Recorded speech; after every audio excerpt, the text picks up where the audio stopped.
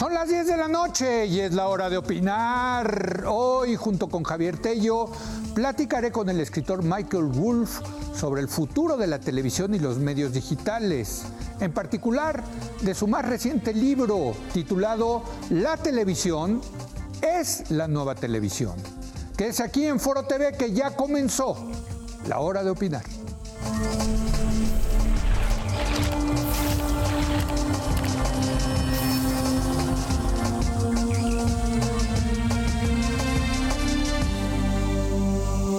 Muy buenas noches. Primero en la industria de la música y luego en la de los periódicos, la revolución digital ha tenido un impacto disruptivo enorme. En ambos casos, lo que fue una industria multimillonaria perdió prácticamente de la noche a la mañana grandes cantidades de dinero al reducirse su audiencia, cambiar los patrones de consumo y al enfrentar nuevos competidores. A partir de lo ocurrido en estas dos industrias, muchos pensaron que a la televisión le pasaría tarde o temprano lo mismo. Sin embargo, la televisión parece haber aguantado mucho mejor el impacto de la era digital que las industrias de la música y los periódicos. Precisamente lo que ofrece el periodista y escritor Michael Wolff en su más reciente libro es una explicación de por qué la tele ha resistido con tanto éxito el grado de que, como se titula su más reciente libro, pues la televisión es la nueva televisión.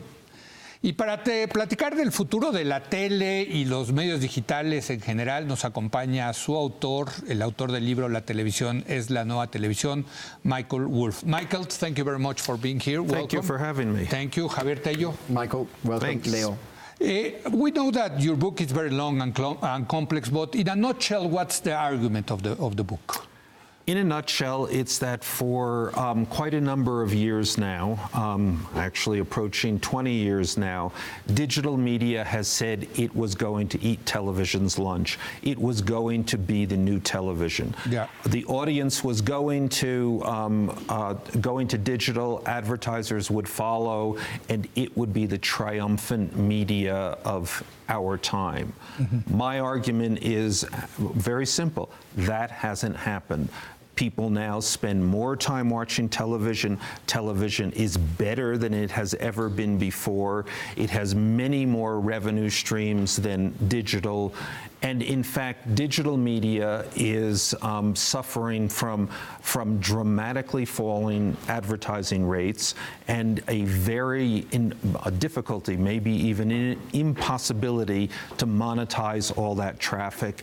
And in fact, everybody in digital media now, what they want to do is they want to find a way into the television business. Mm-hmm. Television is the triumphant media. In the introduction, Leo was mentioning two other industries that suffered from the digital revolution, the music industry and the newspaper industry. What is different about television? One would think that music and television would be very similar. They both had this product, great content, and suddenly they lost control of it. So what is different about television, or maybe what is different about the way the television industry has reacted as they faced the digital revolution? And it's even more than suffering. They have, for all intent and purpose, died. And the real reason is that they believed in, the digital people came along and said, we are the future, you are the past, and the print industry and the music industry believe that. And most interesting for newspapers and publishing, they said, take our content, take it for free, which is exactly what happened, fundamentally destroying these most basic businesses. Music also. Music effectively became free. And it was only the television guys, and they were really criticized for this, saying, you're not with it, you don't get the future. And they were saying, wait a minute, you want our content, you have to pay for it. And that proved, for a while, everyone said, okay, you guys are the dinosaurs. And that proved to be a very successful strategy. That's called the do-nothing strategy. Just Obama has that strategy in foreign policy. Yes. So do nothing stupid. Right. Clearly, TV people did the same. But let us understand what is television? I mean, how do you define television? Television is broadcasting television like here, this channel, or is it cable television, or is it streaming television? How do you define Is nowadays? it a business model? Yeah, is it the content? Exactly. I think that's one of the key things that has happened. It's a change in the definition of television. We used to think of television as a distribution channel. Now we think of it as a business model. So television makes a variety of kinds of content and sells them in a large number of ways. So some of the television business is a distribution model in which they sell advertising against that. Some is selling foreign rights. Some is selling franchises, character franchises. Obviously, pay TV has become a major part of the television business. In the U.S. now, and this is I would argue, nothing short of a major media revolution, 50% of television income comes from advertising, and 50% comes from other revenue streams, including largely direct subscription payments. Okay. So maybe when people talk about the dying model of television, it's talking only about broadcasting television. No, even broadcast. No? Even broadcast Yeah. is the same. Broadcast in the U.S. gets 50% now 50%. comes from subscription income. Yeah. So there's almost nothing in the business that is actually dying. Yeah. You could say that what has diminished is people watching the television in their homes, the piece of furniture that we have. And television has now expanded into so many more screens. Yes. Laptop, desktop, mobile screens, iPads, the full range. But in some ways, the digital business would argue, say, see, we're getting that business. But the business that they are getting is really people watching television content. So Netflix says, we're the disruptor of television. But in fact, as everyone who has ever watched Netflix knows, there is nothing on Netflix but television. There is no Netflix without television. And in fact, Netflix will pay the television industry $6 billion this year in licensing and production fees. So it sounds as content is king. Yeah. Is that the... Absolutely. Yeah. And Quality it's content you can charge for. And it's content of an old-fashioned kind. It's content with a beginning, middle, and end. It's not cat videos. It's very sophisticated, very well-written content.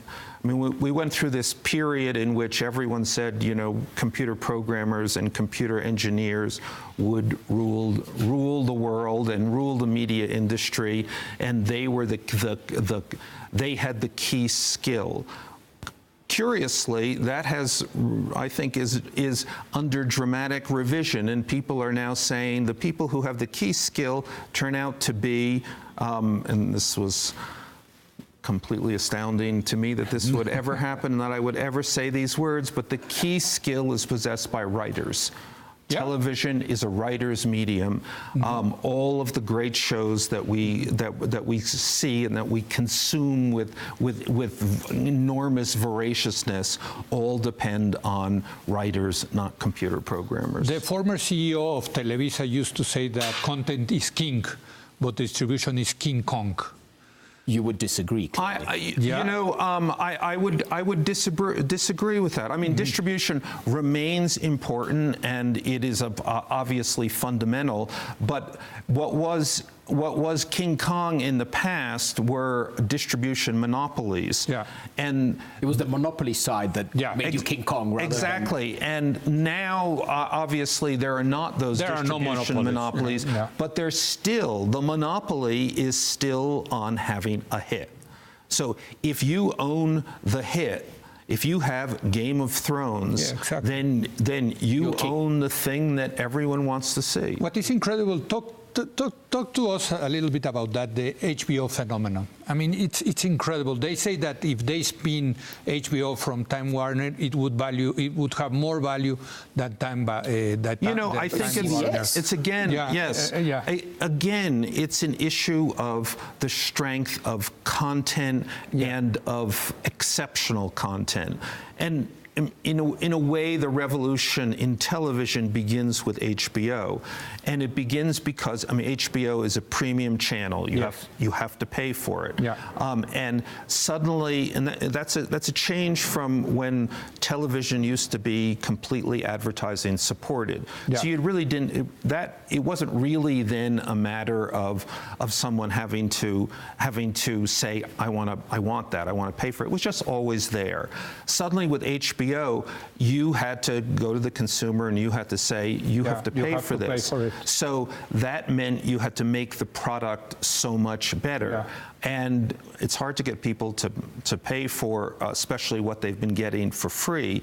So you had to not only make the product better, but you had to make the product must have, must see. So they began to make a quality of show, which was almost essentially like the movies. It's like movies, better than the movies. Actually, you pay for HBO like a ticket to a movie, no? Absolutely, and like the movies, you went to the movies because everyone you knew had seen the movie, and if you couldn't talk about the movie, then you had nothing to talk about. That is exactly what has happened to television. And I heard that they spent like $20 million for just one episode of Game of Thrones. I mean, is that right? The numbers are really the number is slightly exaggerated there, but they spend an enormous amount of money, and you can see. You watch the show, you say, oh my goodness, how did they do this show? Exactly. They did it because they spent a lot of money. Undoubtedly, there is greater quality out there, but let me question the link between the new business model of television and the quality it is producing. Game of Thrones, Breaking Bad, Mad Men, great quality, but there's also a lot of very trashy TV shows that are making tremendous amounts of money. I'm thinking of sort of really tawdry reality shows. Maybe they're very well made. There's quality in the production side, but there isn't quality, many would argue, in its content. And you would argue. I would be one of those, maybe. But they're making tremendous amounts of money alongside Game of Thrones or whatever. So the quality is production quality rather than strictly content. Well, I would say actually that television has managed to do two things. It's managed to bring in this entirely redefine itself on the side of quality, and yet it has maintained its franchise and its monopoly on total junk. So therefore, it's become stronger and stronger in almost every way. It's a matter of segmentation, would you say? I mean, today there are tons of content. I think it's a matter of segmentation, also segmentation in the business model. So again, a set of reality shows you probably would not pay for. And those are the shows that continue to be supported on the advertising side. But at the same time, we've created this other aspect of television in which people do pay for. So we have two revenue streams. We have the mass market revenue stream that comes with advertising, and then the more targeted market that comes with people willing to pay, creating an enormously strong business. In contrast to the digital business, which is 100% advertising supported, and it's advertising of what's called it's called direct marketing advertising, direct response advertising, which is. There has always been direct response advertising, but it's a very low margin kind of advertising. Its perfect example has always been direct mail. So you could afford to make the ad, but you can't afford to make content. And effectively, that's what digital media has become. It's a very low value, inexpensively produced, or no expense, which would be fundamentally the Facebook model. Yet, I guess the financial markets, they don't recognize this reality of the power of the TV. And let me tell you, if you compare the market capitalization of Facebook against the market capitalization of the major networks in the U.S., you would see a huge gap. I mean, the value of Facebook is incredible. It's billions of dollars. I mean, why the markets, they don't recognize this reality? Well, we have gone through this period, and it's been a 20-year period, and I would argue that it has been a 20-year a 20-year bubble, a 20-year tulip craze. Okay. The markets don't recognize this. For digital. The markets don't recognize this, not because they're stupid or not because they don't see the underlying fundamentals, but they see the fact that actually other people are stupid. And and it is always, we're talking about relatively short-term plays. You know, I don't think that people are thinking, you know, in the television business, you can think a generation ahead. In the digital business, that's not the way digital investment is done. It's done because we're in a bubble, and if there's any safe prediction to make, I would say the bubble crashes, but it doesn't crash tomorrow. Let me ask you about it seems to me that you're arguing that TV has been able to charge for a high-quality product, and that has made its business model a very successful model in different ways. Is that right, more or less? Yes. Is the problem of digital media that it doesn't know how to charge and it just adopted the old model of advertising? But what if, and let me give you an example. I heard a talk you gave recently in which you mentioned that the thing that everybody asks everybody else is, what are you watching? Because we want to talk about share our experience of watching Game of Thrones. And it's a question that everybody asks. The CEO of Twitter would argue that's what Twitter is all about. Having that conversation not only in your living room or not only at a dinner party, but in your community at large, globally even. Why can they not charge for that? Charge television for the ability of people who watch Game of Thrones, discuss Game of Thrones through Twitter or Snapchat or whatever, globally with other fans of Game of Thrones? Well, there must be lots of possible ways that they could charge. Well, I don't know. I think, believe me, usually people, if there is a way to charge, people charge. They haven't been able.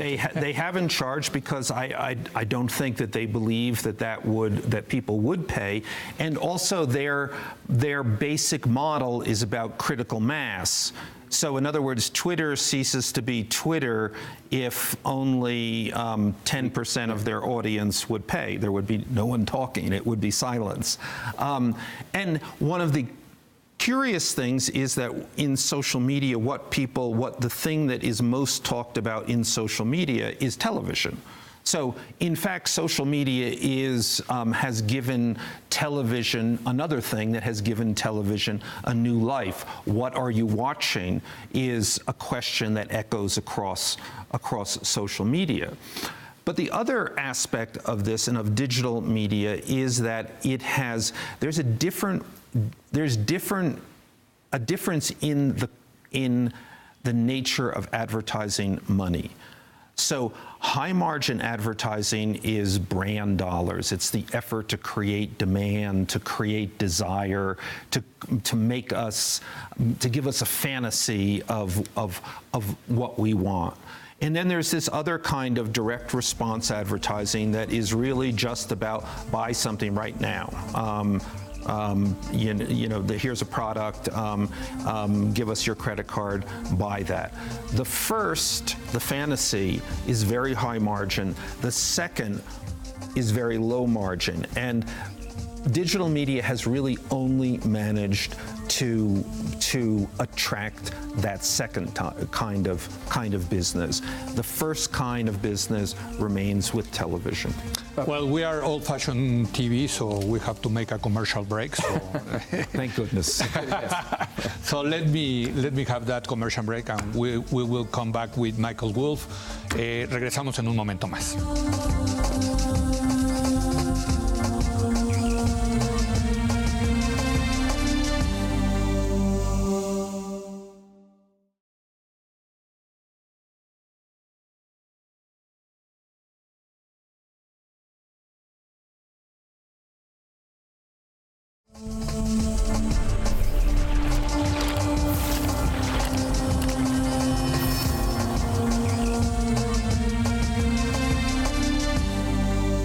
Bueno, estamos de regreso y seguimos hablando con el escritor Michael Wolff del futuro de la televisión en la era digital. Javier.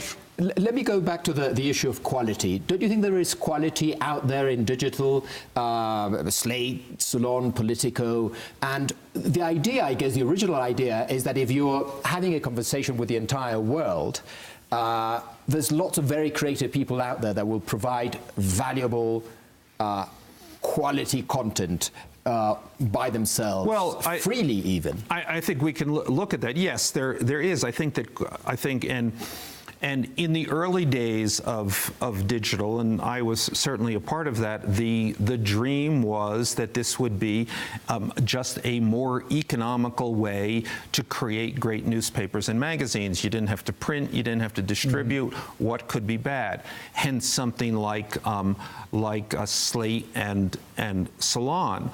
But the reality is that Slate and Salon are both businesses which have not succeeded and which have sort of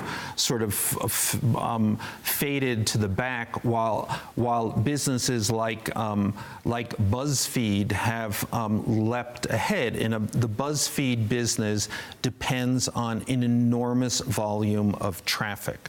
So BuzzFeed now says that they get 200 million unique visitors a month, so almost 2/3 the population of the United States.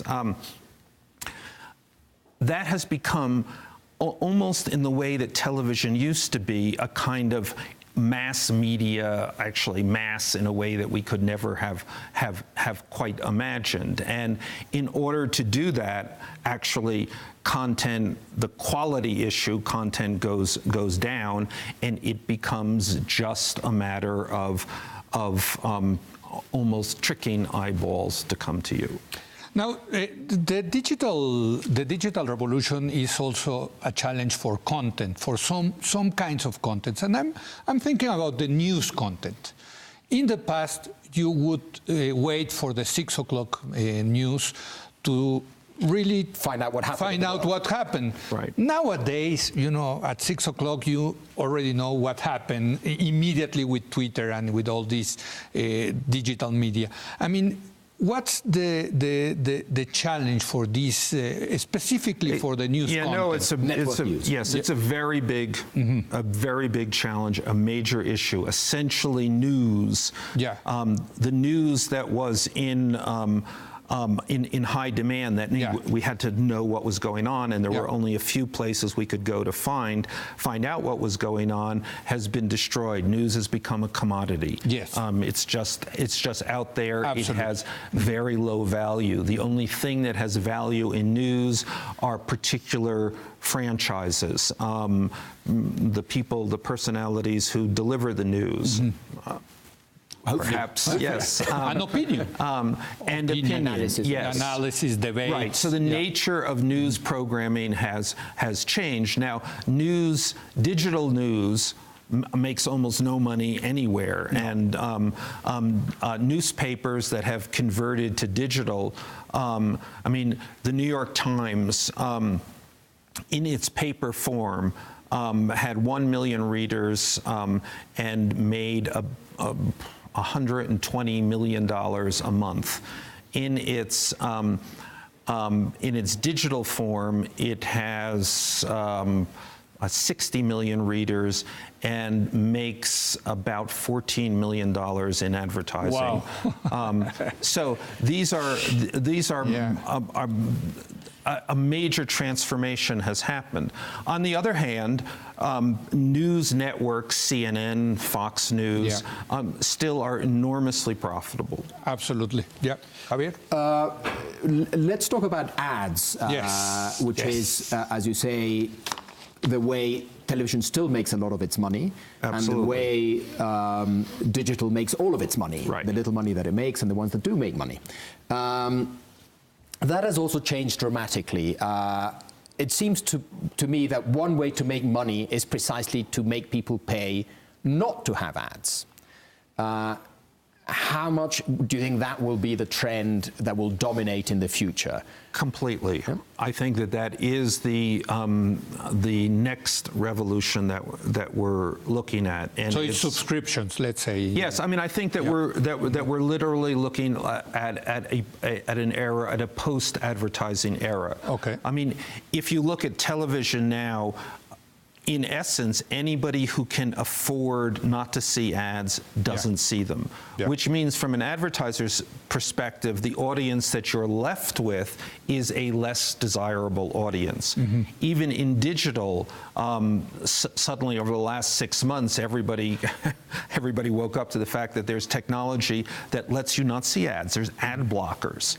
So I think that we move into a rethinking of the place of advertising from the media industry perspective and from the perspective of brands. I mean, it's quite critical for brands. Brands have to advertise. Yeah, how they are going to advertise. So if they can't find an audience that's willing to accept these advertisements, what's going to happen? And I think that involves a complete rethink, a new strategy, and product placement and fortunes to be made. Okay. Yeah, but for example, you have two models, like you have Netflix, no advertisement, Exactly. and you have Hulu, which is some advertising, but a cheaper subscription. But even in Hulu is moving toward getting rid of that advertising. Exactly. So Yes. the Netflix is winning the Netflix model, no? Yes, exactly, and that's the HBO model, Exactly. and it's the Amazon model, and I mean we have now moved into this world where all television content is available without advertising for a fee. Let me give you maybe the other side of what could happen. I have a very good friend whose father is in advertising and was one of the most prominent members of the advertising world here in Mexico. And this friend of mine grew up watching TV, obviously, and he lived in a house where his father would say, shh, shh, the ad is about to come on. My father was in the advertising business, and I remember this Mad Men. Yes. Exactly. Silence. The ad is about to come on. So maybe another option for people who are selling and want to create brands is to create ads that are as good as Game of Thrones. Do you see that happening, or is it just too expensive to have the Super Bowl type ads? No, I think that may happen. And it should happen. The problem with that happening now is that nobody knows how to do that. Okay. Advertising, there's advertising, people in the advertising business and people in the brand business are afraid of the kinds of things that make good programming. That's a committee mentality. It's not a writer's mentality. Okay. What about product placement? It's nothing, no? I mean, No. it's very small, and Very small. and it doesn't have a lot of future also, no? No. I mean, in the digital business, we've heard this movement about native advertising, and native advertising was functionally like what you're talking about. We will make an ad that will appear to be content, but it will, we hope, sell the product too. And the truth is that it works okay, but it's not very. But the stuff is not very good because people who make ads don't really make exciting. They don't have the control content. of the, Exactly. And let me ask you, because there is a huge debate here in Mexico about political advertisement. Huge. I mean, our model is completely twisted, but I'm not going to talk about that. Our model is a little twisted too. Yeah, exactly. I wanted to ask you about that. I mean, you are in the middle of an election. Whenever I go to the United States, I can see in the broadcasting news, in the broadcasting TV, all this advertisement. What do you think is going to happen with political ads? You know, it's a broader question. It's about campaign financing. Yeah, exactly. You know, the truth is campaign financing is all about buying ads. Yeah. I mean, when they say campaign financing, it's how to, it's buying ads. From the media business, from the television business perspective, that's great. Yeah. I mean, the money that comes in from politics makes the difference for a lot of local This year is stations. going to be an incredible year for although I will say that there's been a little bit of panic because Donald Trump has not spent a lot of money on advertising. He's been able to attract free media. Yeah. So that's little rumblings there. But for the national campaign, they say that he will have to spend a lot of money. No, I mean, we're talking about politics ads on an every 4-year basis. Yeah. You know, $2 billion to $3 billion to some estimates now $4 billion in advertising to the television industry. On an every other year basis, it does about half of that. Yeah. So this is, as we say, real money. But do you see what's going to be the future for that? For if distribution is going to change, how they are going to advertise? Well, I mean, you know, it's also a very curious thing in that television advertising has not basically, I mean, political advertising has not basically worked in the digital world either. Exactly. And it has not even basically worked in the cable world. Yeah. It remains a very conventional broadcast medium. Exactly. Javier. Let me talk about another possible disruptor. Maybe digital isn't, but how about the regulator? Certainly, they could regulate political ads in a way that it stops being a source of income. They could regulate all sorts of things, such as making unbundling, forcing TV networks to unbundle, cable networks to unbundle stuff. They could make certain things free, necessarily free. Do you see the regulator as disrupting things significantly? I see the regulator as central to the television business, always has been. Yeah. Television is a highly regulated medium. That was the digital people, actually, that was one of their calling cards, the investment community. We can avoid regulation. In truth, it turns out that they can't avoid regulation, and as they've moved, in the U.S., there's this issue of net neutrality, because your internet access is controlled by the cable providers who are regulated. And so the internet companies who were suddenly having to negotiate with these providers. You know, if you don't do it our way or give us money, your traffic is gonna slow down. They went to Washington and said, we need this. We need you to protect us. And they got that protection. But the cost of that protection is that they then became a regulated industry. And one of the central television assets, I would say, or skills, is that the television business has been very good at knowing how to deal with regulators. Let me ask you about YouTube. I mean, I think YouTube is very successful with teenagers, or with my teenagers at home, let's say. I mean, some of the contents are very successful. They have... It's not very successful with advertisers. Yes, but with audience, what would you say? Well, yes, it has a very large audience, but it's not an audience that that YouTube or its parent Google has been able to monetize very well. Okay. So a show in the U.S., The Big Bang Theory, one episode of The Big Bang Theory makes more than a week of YouTube. The whole YouTube. Yes, and so. And YouTube itself has basically acknowledged this and basically said that their future is to develop a premium service that will be much more like Netflix than it will be like YouTube. Would you consider YouTube TV?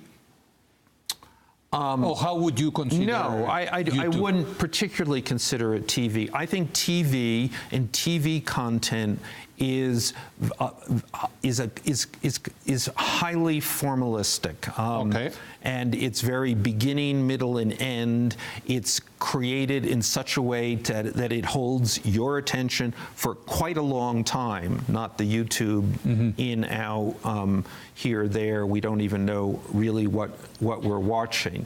Yeah. And that's almost at the core of TV's success and future, is that they are able to make this singular product. And it's not a product that can be made by someone at home in their bedroom. It's a very costly product, so there are hurdles to entry here. You need professionals. It is something that we want because it has clear value. Javier. Two questions. I don't know which one to start with, but let me go back to something you just said that Leo mentioned about YouTube having a large audience. There's a phrase that you have that I think is worth analyzing and for you to explain it to us, that traffic does not equal audience. When you say traffic does not equal audience, what exactly do you mean? Well, I mean, in a quite literal way, think about traffic and think about the difference between someone watching a television show and someone on a highway speeding by a billboard. But then we can get more granular about internet traffic. So we know that these are accepted numbers, 30 to 50% of internet traffic is not real, it's fraudulent, these are not people, they're bots, they're a way to game the system. 20% of internet traffic leaves the page it's on before an ad loads. Another 30% of internet traffic actually has found itself somewhere where it does not want to be, so its main mission is to get off of where it is. So by the time you're finished, you have reduced these numbers to a fraction of the whole. So it's a fraction is the people who are your actual audience of people who want to be there, who are interested in what you have, who are legitimately paying attention. Let me go back to content a little bit, and let me ask you the importance of local content versus global content versus national content. I mean, Game of Thrones is a global content. But people also are demanding here in Mexico. It's a great story. Yes, but it's global. It's a global phenomenon. I mean, there is no doubt whatsoever about that. But people also like the local content, the Mexican content, the telenovelas. Completely. I don't see any contradiction there. There are different kinds of content, and if you can, all content works if it can identify an audience, which it can then develop a viable economic model against. But that's the challenge, to find that economic model that can finance the product. Absolutely. You can't, an audience is worth X. That means you have to create content that is X minus. Okay, we have to go to a commercial break, and we will come back with Michael Wolff. Regresamos en un momento más.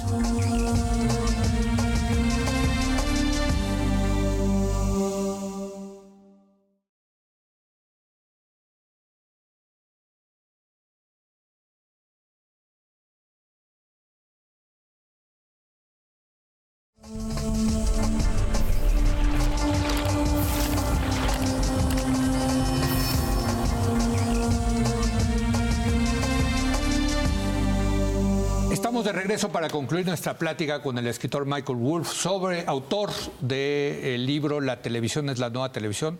Pues una perspectiva muy interesante acerca de los nuevos medios de comunicación, los viejos medios de comunicación. Y bueno, el argumento de que la televisión pues es el ganador, ¿no, Javier? Hasta ahorita en toda esta batalla.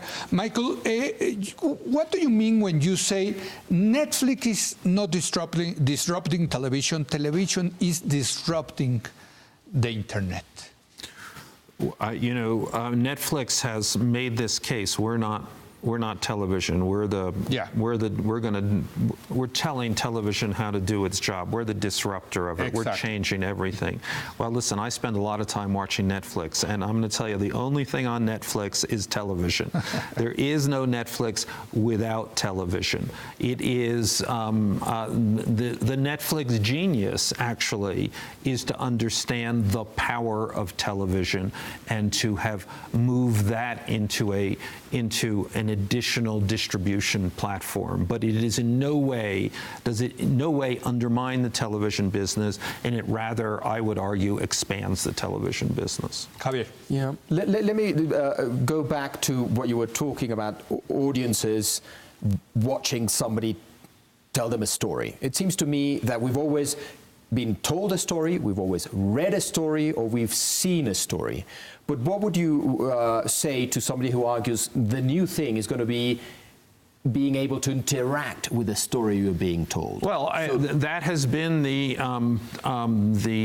digital theory promise practice, and it hasn't worked. I mean, you get people snippets of attention, and that's, we basically want to be told a story, not... Yeah, we basically want to be a passive audience. Okay. And that's, I think you can say, throughout history. We want we want a storyteller to tell us a story. It's a very complicated thing. Yeah. It's not an easy thing to do. And that's the genius of the television business, is that it has created a method for producing those stories on something of a industrial scale. But there are contents that you can interact more with people. No, I'm thinking about sports, for example. No, here in Mexico, soccer is very big, and wherever there is a big soccer match, you can see people in Facebook and in Twitter, interacting while the match is happening. No? Absolutely, but fundamentally, it's the match that is the thing of value. Absolutely, and that's classic storytelling, beginning, middle, and end. And also add to that exclusivity. Yeah, absolutely. Let me ask you about another phrase that you have in your book. What do you mean when you say digital media has created an ever larger, ever more low-value audience? Well, that's what I mean, that BuzzFeed and its 200 million audience, and it's interesting. I mean, you can do the Super Bowl in the U.S. is the high point of the television calendar, and that audience is usually about 100 million people, and it brings in something around $1 billion. The BuzzFeed audience, which it claims to be 200 million people, brings in against that 200 million people about $16 million. Nothing. So I would say that that's a fairly vivid illustration of an increasingly a larger and larger, more and more low-value audience. Javier. Okay. But it also seems to be that the strategy for television, and this is another quote that you have, is to be everywhere now. It used to be only in the living room. But now these new distribution channels allow it to be on the subway, on your smartphone, in the office, without the boss knowing, on your laptop. The idea is to be wherever your client is. Totally, and it's an extraordinary development for the television industry. And it has only increased the ubiquity of television and the time we spend watching it. And it actually presents an issue right now, the issue of measurement. How do you measure this? And there is no system. Measurement used to be by one company, Nielsen. and now nobody can measure all of these places, so nobody knows if the I mean, everybody knows that the time spent watching is going up, but nobody knows exactly where and exactly who. That's a problem that the TV industry has to deal with. But fundamentally, what everybody knows is that more and more and more time is spent on television. That the idea, there used to be an old idea that our TV screens would become computers and we would surf the web and do e-commerce on our TV screens. Actually, the opposite has happened. Our computer screens, laptop, mobile, tablet, have now become the place where we watch television. So 70% of all the time we spend in front of a computer is actually time spent watching television. What's going to happen with the big TV moguls like Rupert Murdoch? I mean, we used to think that there were these incredible characters that ran the whole TV business. Is that going to change? Well, I am Rupert Murdoch's biographer, yeah, so I know. and many people would say, well, Rupert Murdoch is 85 and yeah. he's going to go the way everyone goes. Yeah. That may not be true, and he's just gotten married again. Yeah. So he's like Castro. It's extraordinary. Younger brother. So I think that actually the old men of television quite get to have another chapter. These are the guys that have kind of held firm. Everybody yelling, "You're a dinosaur." Yeah. They held firm, and they hold the real business, the business that everybody wants to be in. Okay. There seems to be a sort of a good story here that is not the financial story, but a story of how a few people convinced a lot of people that they were the past. How did this happen? They were very successful. They still are. It's extraordinary. I mean, it is one of the great stories of our time. I think it's partly technology is behind that.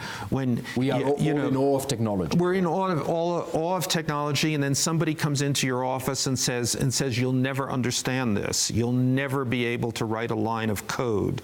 All of these young people can do it, not you. I mean, I was deeply involved in the digital business for many years. I'm still involved with it. And I was one of those people who went into the offices of traditional media executives and said, "You're the past, I'm the future."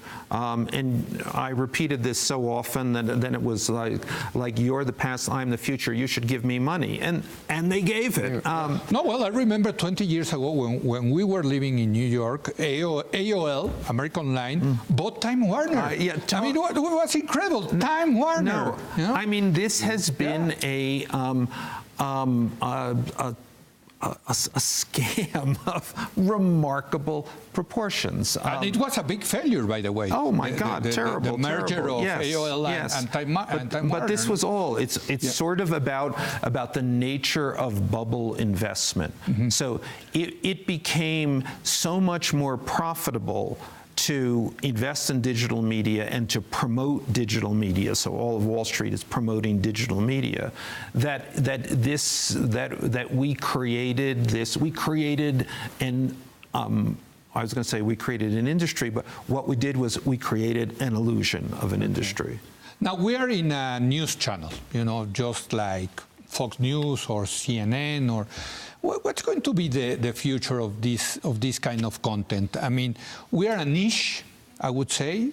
We have our segment, but it has been very successful. For example, Fox News in the U.S. Why don't you talk a little bit about that?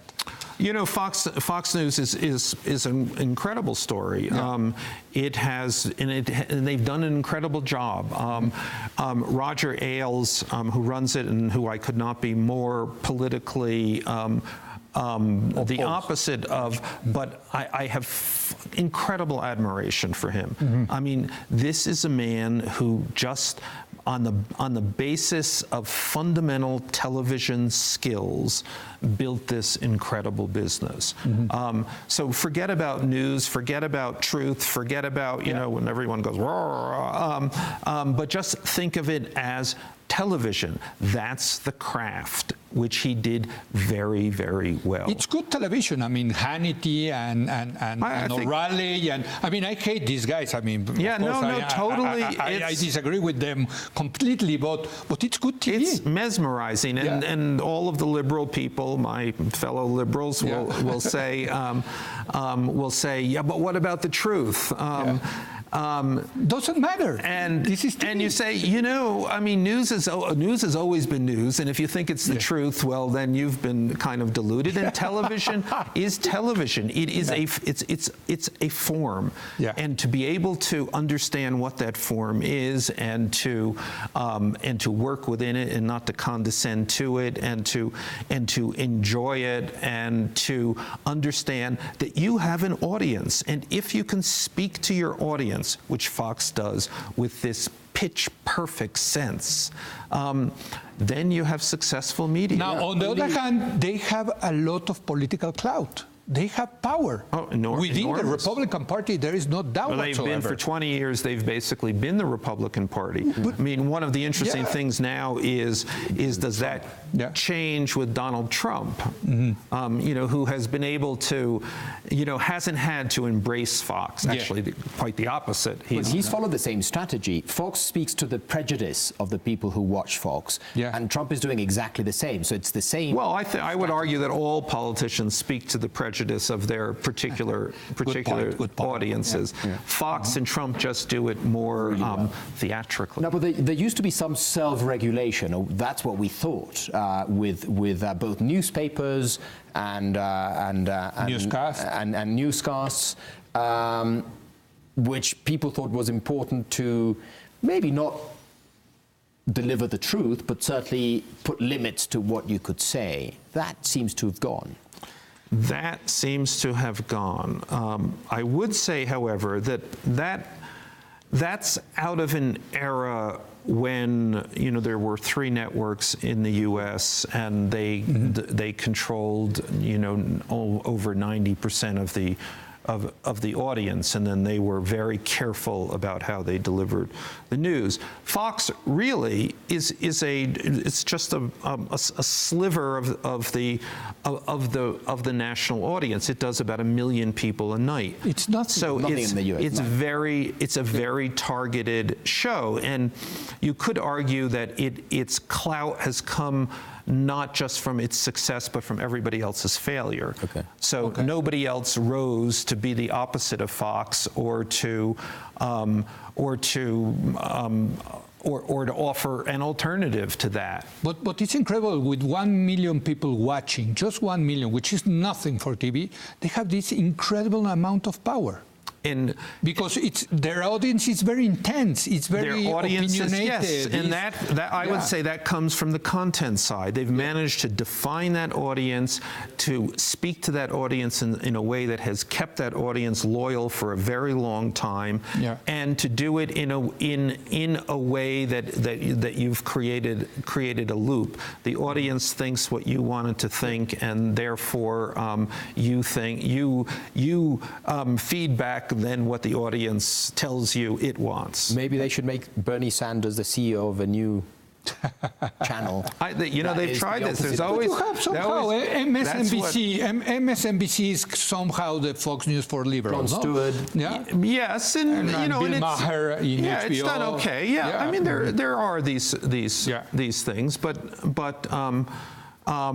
nobody has been able to do articulate what we seem to want them to articulate, the moderate position, the intelligent position, the position that is not so dramatically talking to people's prejudice. So, Michael, to sum up, television is in very good health. Totally. It's congratulations for being in the right business. Well, hopefully, you could be in the internet business. Well, Javier, thank you very much. Michael, thank you very much. The book is not yet in Spanish, but it will hopefully be, yes. is going to be translated into Spanish. And the title of the book is La televisión es la nueva televisión. Sí, yeah. Rock and roll translation, literal translation. From television. It might have a different title. Sounds good. Exactly. Yes. Thank you very much, Michael. Thank you. Gracias, Javier. Gracias a usted por habernos acompañado. Yo lo espero mañana en punto de las 10 de la noche, cuando otra vez sea la hora de opinar. Aquí nos vemos.